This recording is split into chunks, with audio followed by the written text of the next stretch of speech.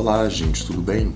Sejam bem-vindos aqui a mais um vídeo do YouTube da Academia de Matemática Superior e hoje a gente vai estar resolvendo aí dois probleminhas que tem a ver com taxas relacionadas, conteúdo de derivada, né? E basicamente o que a gente quer fazer aqui é sempre tentar achar uma equação que resuma o problema e aí tentar encaixar as taxas de variação por meio da derivação. Esse primeiro problema aqui, ele fala o seguinte: bom, eu tenho um retângulo com base x e altura y.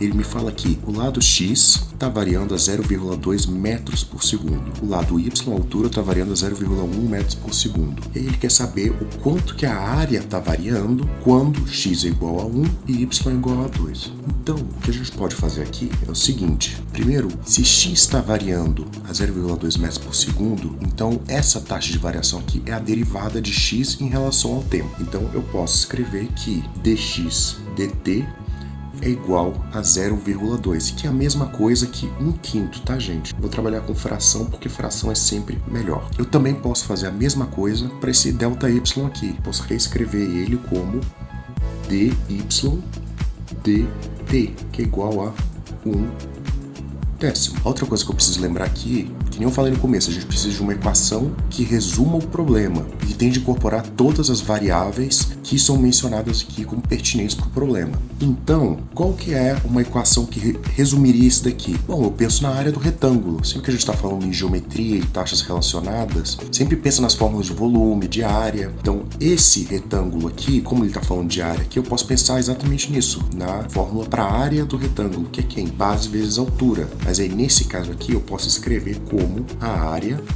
vai ser igual a x vezes y. Detalhe, como eu estou fazendo a derivada de y e a derivada de x em relação ao tempo, então eu posso assumir que x e t são funções do tempo.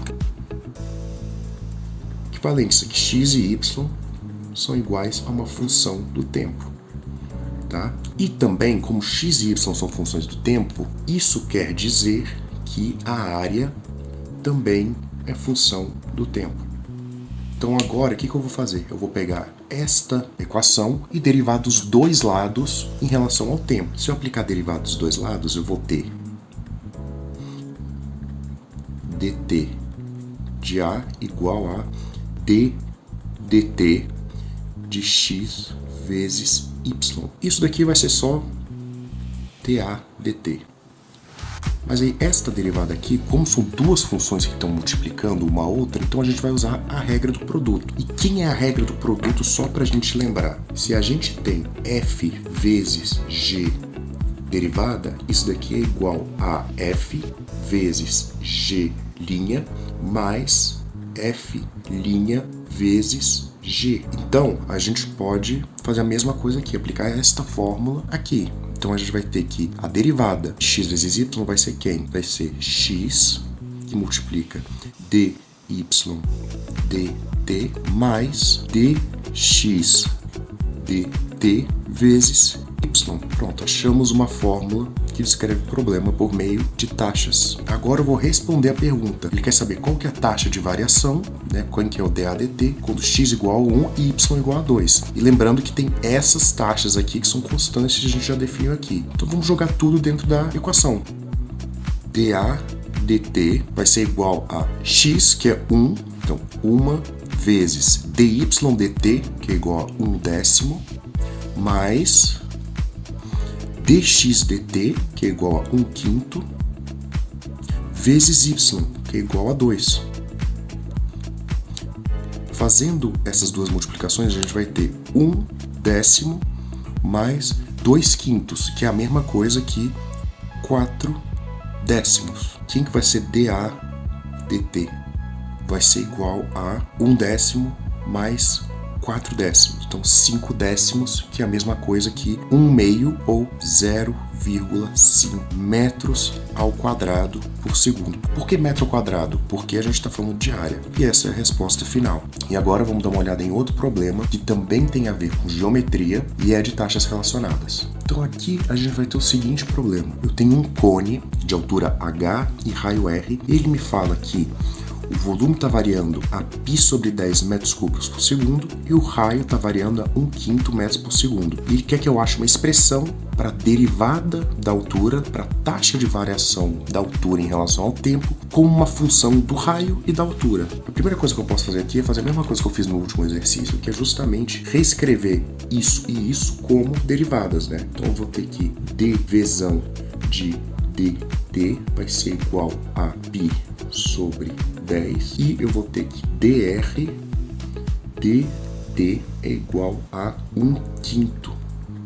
Aí depois eu tenho que lembrar qual que é a fórmula do volume de um cone. Lembra, a gente precisa achar uma equação que junte todas essas variáveis para depois a gente manipular matematicamente. O melhor candidato aqui, já que a gente está falando de raio, altura e volume, vai ser o volume do cone. Quem que é essa equação? V é igual a πr ao quadrado vezes a altura sobre 3. Então eu já tenho todas as ferramentas para progredir aqui com o meu problema. Vamos derivar isso daqui. dv dt vai ser igual a... Vou separar esse π sobre 3, que ele vai ser constante, vezes a derivada em relação ao tempo de r ao quadrado vezes h.